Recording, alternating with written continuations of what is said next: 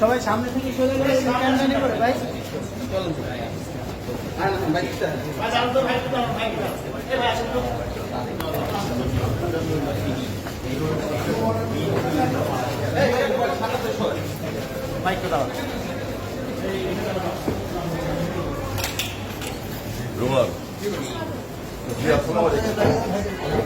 ভাই এত সামনে থেকে আসেন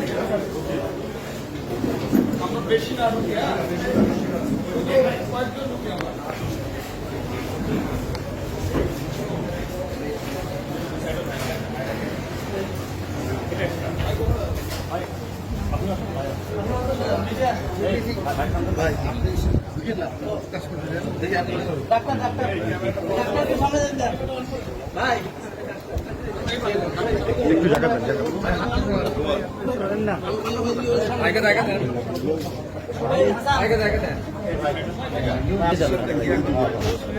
বাইটি পিছনে আসেন গাছ ভেঙে তোলে প্যারালাইজ এরপরে ও আমাদের হাসপাতালে ভর্তি হয়। ওর মায়ের 1.5 কাঠা জমি ফসল করে সেটা বন্ধ রেখে এরপর এটা কেনার জন্য আমরা আসবে সবাই ভাইয়া হাঁটতে পারছি সেটা আমিও বেশি আসছিলাম। আসার পরে বললো যে আমি যখন বন্ধু করা যায় বন্ধুকে জানাই। এটা জানানোর পরে এটা উনি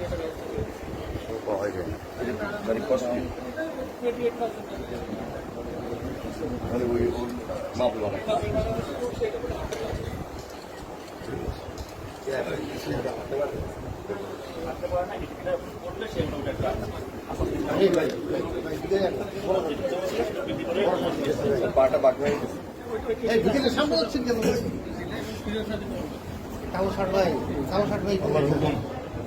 এখন আল্লাহ যতদিন রাখে হয়তো একটু কষ্ট তো অ্যাক্সিডেন্টে কথা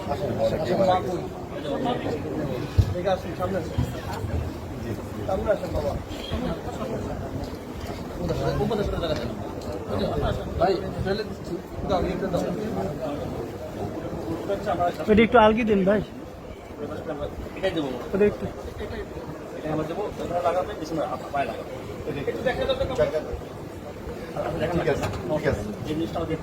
আমরা করে দিচ্ছি এটা ছেলের জন্য এটা আমাদের চেয়ারম্যান রহমান সাহেব এটা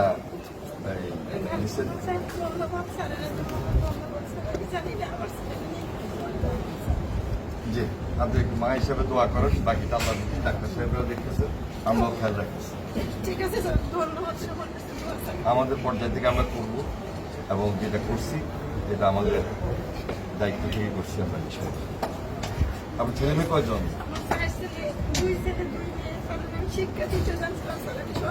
পড়ালেখা করছো? বাড়ি করি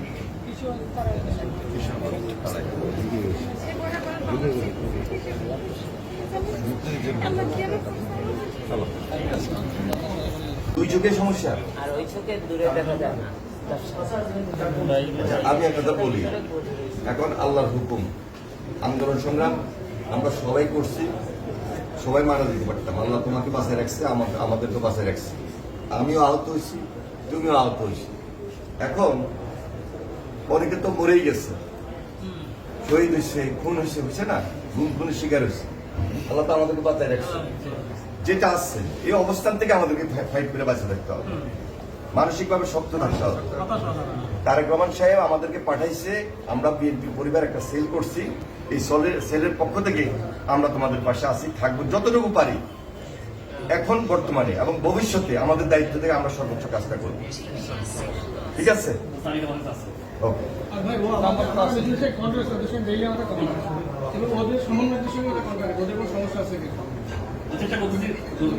সরকারের নাই, ঠিক আছে, আমাদের দায়িত্ব থেকে আমরা কাজ করতেছি। এখন তোমার এই খাওয়া দাওয়া করতে হবে, চোখে কত দেখতে পারবা না, এটা আল্লাহর উপরে ছেড়ে দাও। কিন্তু আল্লাহ বাসায় রাখছে, এই সুস্থ থাকতে হবে। মানুষ হিসেবে চেষ্টা করে দেবে। ঠিক আছে, আচ্ছা একটু ভাই খামটা ধরে নাও। হ্যাঁ ঠিক আছে, ধরা লাগবে না। ওকে,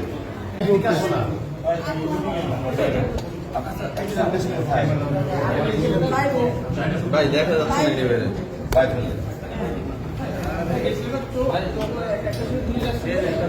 দেখেন তো আপনি বাম দিকে তাকান, দেখেন তো সেটা কিরকম।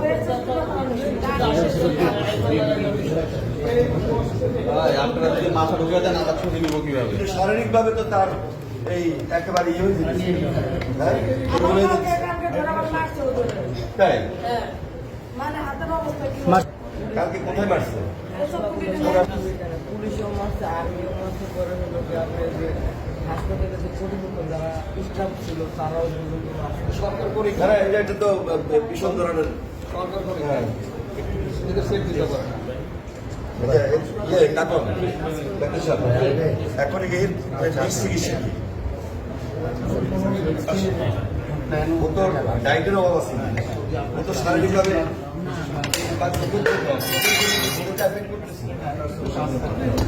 তো শারীরিকভাবে কিন্তু অনেক দুর্বল হয়ে গেছে। দেখেন ওয়েট কমে গেছে, অনেক ওয়েট কমে গেছে। হ্যাঁ তাতে এইভাবে হওয়ার কথা না। কিন্তু আমরা আমাদের বিএনপি পরিবারের পক্ষ থেকে আসছি, তারেক রহমান সাহেব সার্বক্ষণিকভাবে আমাদের এই নেতৃবৃন্দের মাধ্যমে খোঁজখবর রাখতেছে। কালকে যে ঘটনাটা ঘটছে এটার ব্যাপারে আমরা খোঁজ দিব, এখনই নিয়ে আমরা এটা দেখি নতুন মহলে কার সঙ্গে কথা বলা যায় সেই ব্যাপারে আমরা কথা বলব। ঠিক আছে, কেন এইভাবে বিচ্ছিন্ন বিক্ষিপ্তভাবে এই পেশেন্ট বা এই রোগ এরা এমনি নির্যাতিত।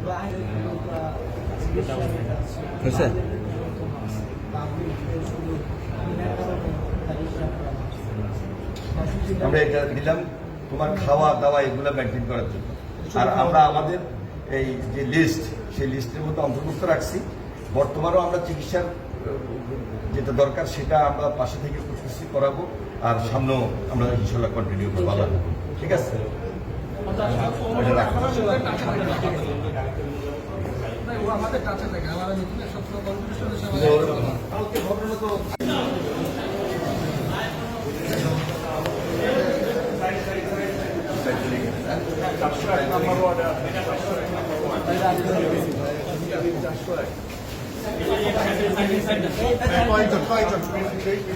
সবাইকে ঢুকে সবাইকে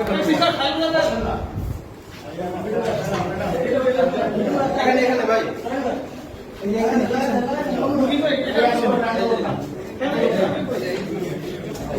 ভাই আপনারা আউট মানতে সরলে বেটার হবে। নেওয়া যাইতেছে না, আউট মানুষের কোনো কিছু নেওয়া যাবে। এই ফাইলটাতে ঠিকটা ফাইল কই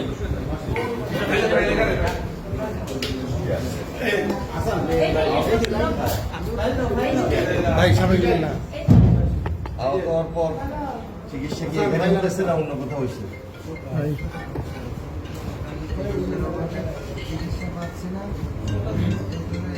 ভাই মোবাইল ঢুকে গেছে। প্লিজ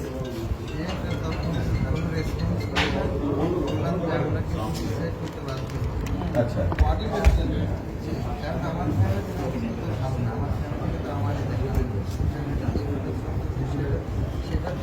ভাই একটু ক্যামেরাটা উঠাইলাম জাস্ট 6 সেকেন্ড। এই মোবাইলটা নাও না, এটা বলা যাবে না। আল্লাহর হুকুম। হ্যাঁ একজন করে নাই, আরো 10 জন বাইরে আসবে কাজ করার জন্য, পাশে দাঁড়ানো।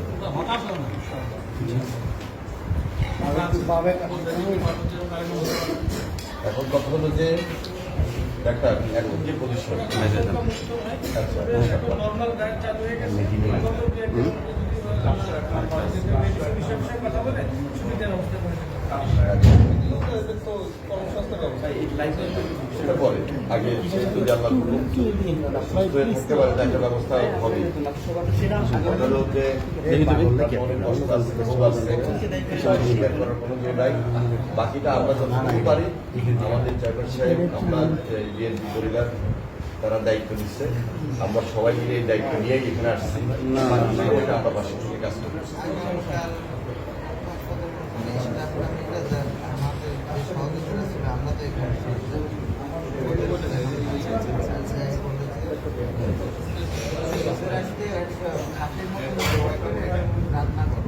তাই না? আউটসোর্সিং লোক ছিল এনারা এবার থাকলে আপনার চেহারা বলো বলাইছে কেন? এখন তোমরা এই সরকারের যারা আমাদের দায়িত্ব আছে সরকারের, ওনারা স্পেসিফিক কেউ আসছিলেন, দেখতে আসছিলেন, বলছিলেন কিছু, আশ্বস্ত করছিলেন, নির্দেশ দিয়েছিলেন কাউকে? হ্যাঁ, সরকারের কোনো উচ্চপদস্থ কেউ আসেন নাই, শুধু এই ডাক্তার হয়তো কয়েকজন দায়িত্ব দিচ্ছেন, যতটুকু পারতেছেন করতেছেন, না পারতেছেন করতেছেন, এই তো। মানে বিচ্ছিন্ন বিক্ষিপ্ত। তোমাদের কোনো লিস্ট আছে গভর্নমেন্টের খাতায়? তোমরা কোনো অনুদান পাইছো সেখানে? একটু মাথাটা একটু হালকা পিছিয়ে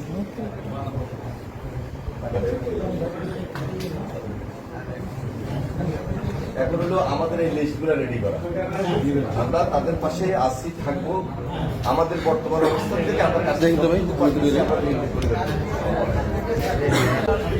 আর কেউ নাই তো? লিটন ভাই কই? লিটন ভাই আর ঢুকেন না ভাই। রুমন ভাই ঢুকেন।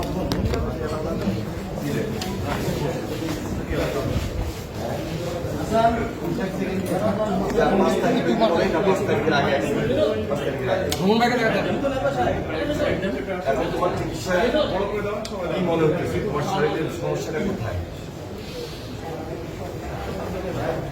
তোকে প্রবলেম এই ডাক্তার তোকে এখন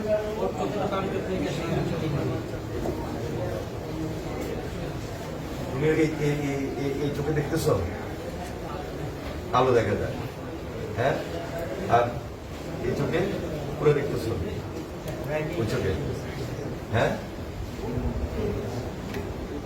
একটা চোখের কারণে আরেকটা চোখ যদি অ্যাফেক্ট করে তাহলে এখনই মানে একদম দ্রুত চিকিৎসা করে শেষ করতে হবে, হ্যাঁ, মানে তো বড় বিপদ পড়ে যাবে। যে বয়স, খাওয়া দাওয়া কি ঠিক করে খেতে পারতেছ? খাওয়া দাওয়া পাওয়া যায়?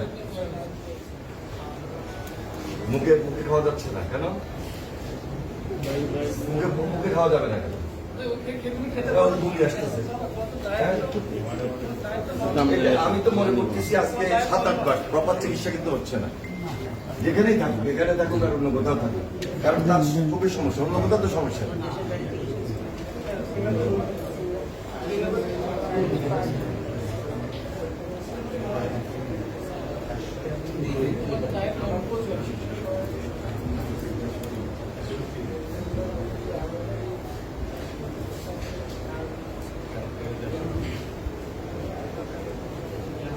না না, সরকারের লোকেরা কি কোনো দেখতে আসছে? তোমরা সিঙ্গাপুর থেকে আসার পর টাকা পয়সা আর্থিকভাবে পাইছো? কিছু পাও নাই?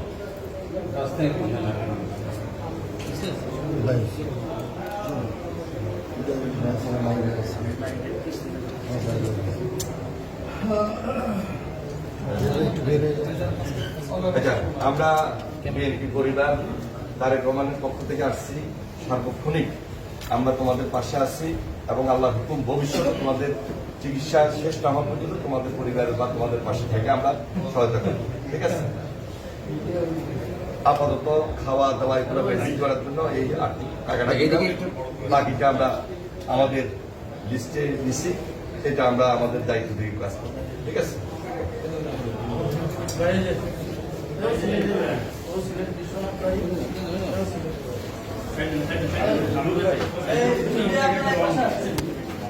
ভাই আপনারা যদি মিডিয়াতে সুযোগ না দেন তাহলে তো হয় না। আমার অবস্থা কিন্তু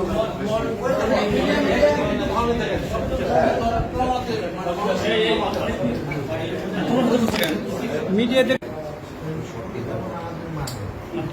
কেন মারছে?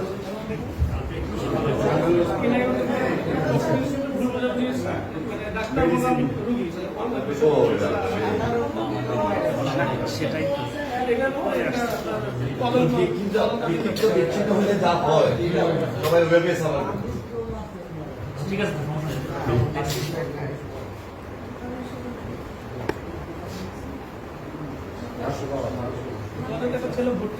আমাদের একটা লিস্ট আছে, ওই লিস্টে তো এরা একদম ইনক্লুডেড।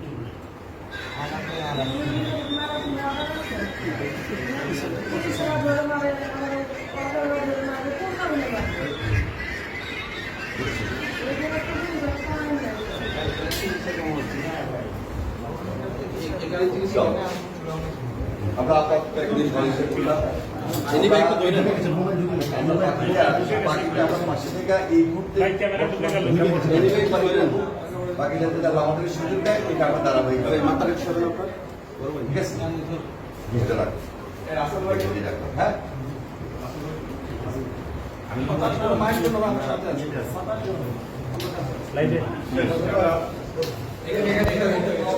সর্বশেষ জুলাই আন্দোলনে যারা আহত হয়েছে তাদের মধ্যে উল্লেখযোগ্য 4 জন তারা দৃষ্টিশক্তি ফিরে পেতে খুব কষ্ট হচ্ছে, আদৌ পাবে কিনা আমরা সন্দিহান।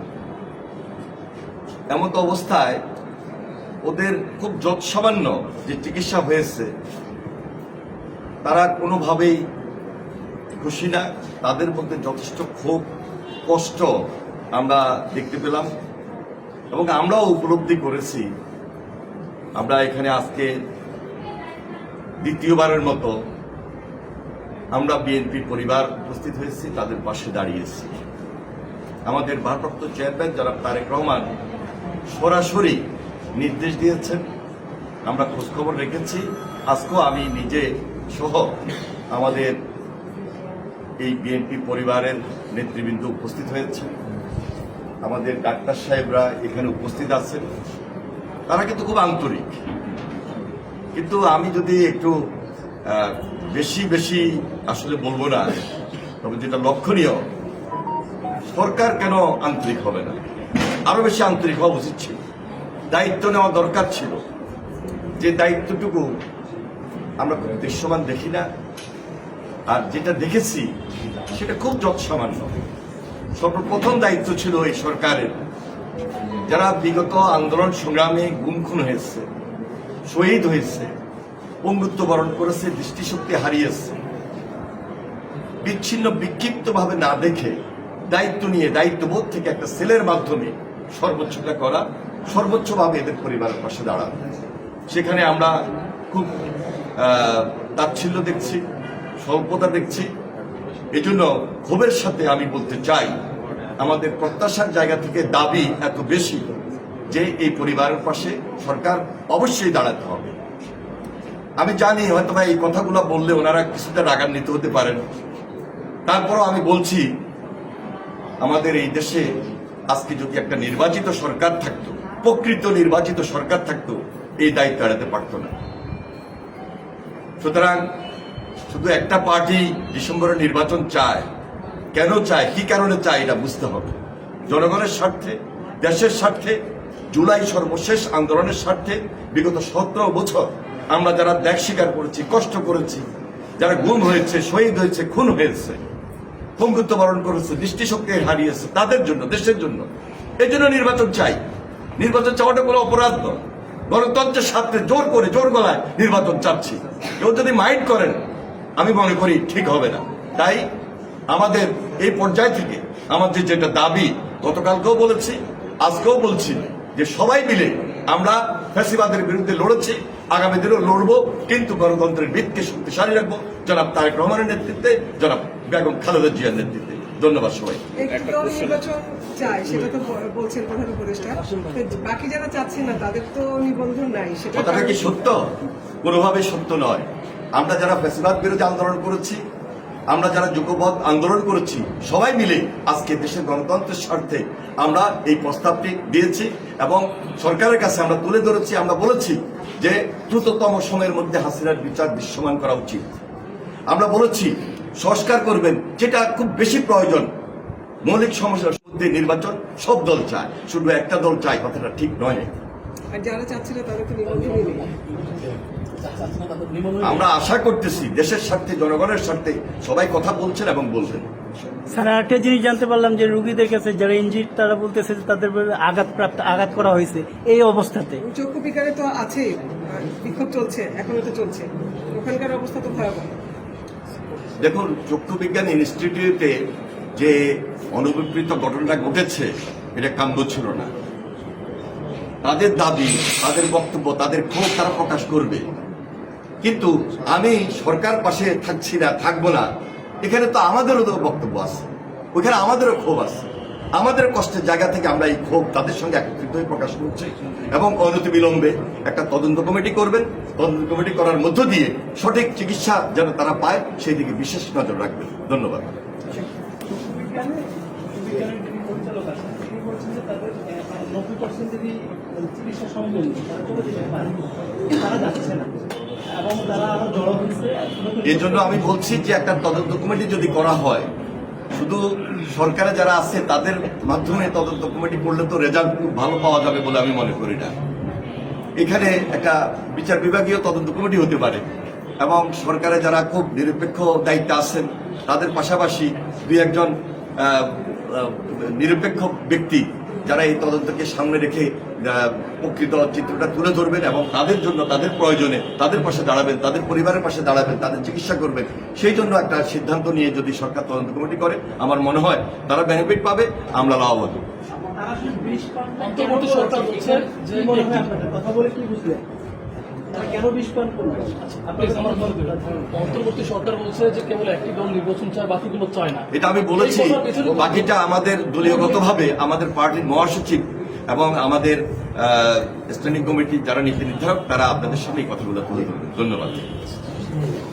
দৃষ্টিগোচর হয়েছে এবং সঙ্গে সঙ্গে উনি আমাদের পাঠিয়েছেন এবং রিজভি ভাই সহ আমরা ওই দিনই কিছু সময়ের মধ্যে এসেছি, তাদের সাথে কথা বলেছি, তাদের সান্ত্বনা দিয়েছি, কিন্তু তাদের আসলে প্রপারলি কাউন্সিলিং দরকার আমরা যেটা মনে করি, এবং সেটা সরকারের পক্ষ থেকে। এই সরকার তাদের রক্তের উপর প্রতিষ্ঠিত হয়েছে, তাদেরকেই আগে এগিয়ে আসতে হবে। কিন্তু আজকে অত্যন্ত দুঃখজনকভাবে কথা বলতে বাধ্য হচ্ছি, এই রোগীগুলো আমাদেরকে জানিয়েছে সরকারের পক্ষ থেকে অদ্যবধি এখন পর্যন্ত কেউ তাদের ভালো মন্দের খোঁজ খবর নেয়নি। বরং গতকাল তারা যখন তাদের কথাগুলো বলতে গেছে জনতার কাছে, সাংবাদিকের কাছে, তাদের অধিকার আদায়ের জন্য, তখন তাদের উপর আক্রমণ করা হয়েছে। কারা কিভাবে আক্রমণ করেছে এটা আপনারা খোঁজ নিলে জানতে পারবেন, তাদের মুখেই জানতে পারবেন। আমাদের জনাব তারেক রহমান পাঠিয়েছেন, এর আগেও আমরা এটা নিয়ে আমরা যে বিএনপি পরিবার চতুর্থবার এখানে এই অনুদান অথবা তাদের খোঁজ খবর নিতে আসলাম। এছাড়াও সার্বক্ষণিক আমাদের যে সদস্য সচিব আছে কৃষিবিদ মুকসিদুল মমিন মিথুন, সার্বক্ষণিক তাদের কাছে মোবাইল নাম্বার দিয়ে রাখছে এবং খোঁজ খবর নিচ্ছে।